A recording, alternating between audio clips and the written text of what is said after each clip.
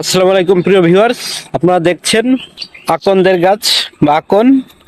এর একটি শ্বেত বা সাদা আকন, অন্যটি রেড বা লাল আকন। দেখছেন সাদা আকন থেকে লাল আকনের ফুলগুলো কিছুটা বেগুনি রঙের। 5টি পাপড়ি আছে নিচে, তার উপরে আবার 5টি পাপড়ি, মাঝখানে সোনার নাকের তার মতো ফুলের বৈশিষ্ট্য। পাতাগুলো বড় কাঁঠাল পাতার মতো স্পষ্ট আকারের। দেখছেন পত্রপল্লবগুলো, ফুলে কুড়ি হয়, ফুল হয়, অসংখ্য পাতা। এখন বসন্তকাল। দেখছেন ফুলগুলো কি প্রাকৃতিক সৌন্দর্য মণ্ডিত, প্রকৃতির অপরূপ লীলা। আল্লাহ নিজ হাতে সৌন্দর্য দিয়ে সৃষ্টি করেছেন, এক অপরূপ শোভার সৃষ্টি হয়েছে। দেখছেন একেবারে আসলেই ভীষণ রকম সুন্দর।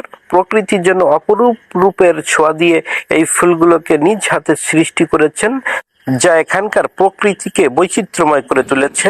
দেখুন ফুল ছিঁড়লে দুধের মতো সাদা রস বা কোয়াশ যাই বলেন বেরোয়। এটি খুবই মূল্যবান।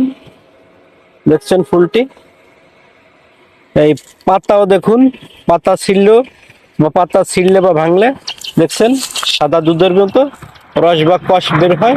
এটি ঔষধি গুণাগুণ সম্পন্ন, এটি কাজে লাগে। দেখছেন এর যে বডি বা কাণ্ড, দেখেন এখানেও খুঁজলেও সাদাটে রস বেরিয়ে যায়। একটু গোড়ার দিকে দেখাই।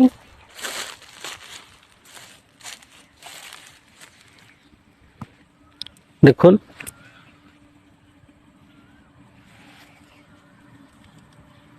দেখছেন সাদা দুধের মতো রসকস বেরিয়ে যাচ্ছে।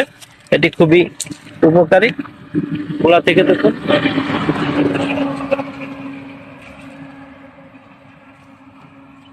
এই আকন্দের বিভিন্ন কাজ আছে, এটি ঔষধি উদ্ভিদ। আপাতত আকন্দ গাছটি চিনে রাখুন, পরে অন্য ভিডিওতে এর ঔষধি গুণাগুণের কথা বলবো।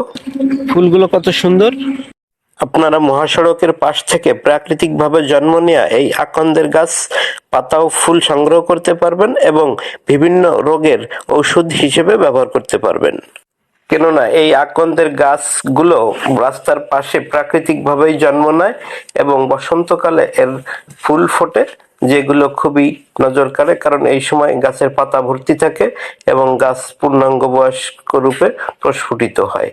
দর্শকবৃন্দ, আপনারা শুধু চিনবেন, জানবেন, দেখে সংগ্রহ করবেন এবং বিভিন্ন রোগের ঔষধ হিসেবে ব্যবহার করবেন, যা পরবর্তী ভিডিওতে জানানো হবে। সঙ্গেই থাকুন, ভালো থাকুন। আবারও দেখা হবে অন্য কোনো ভিডিওতে। আসসালামু আলাইকুম।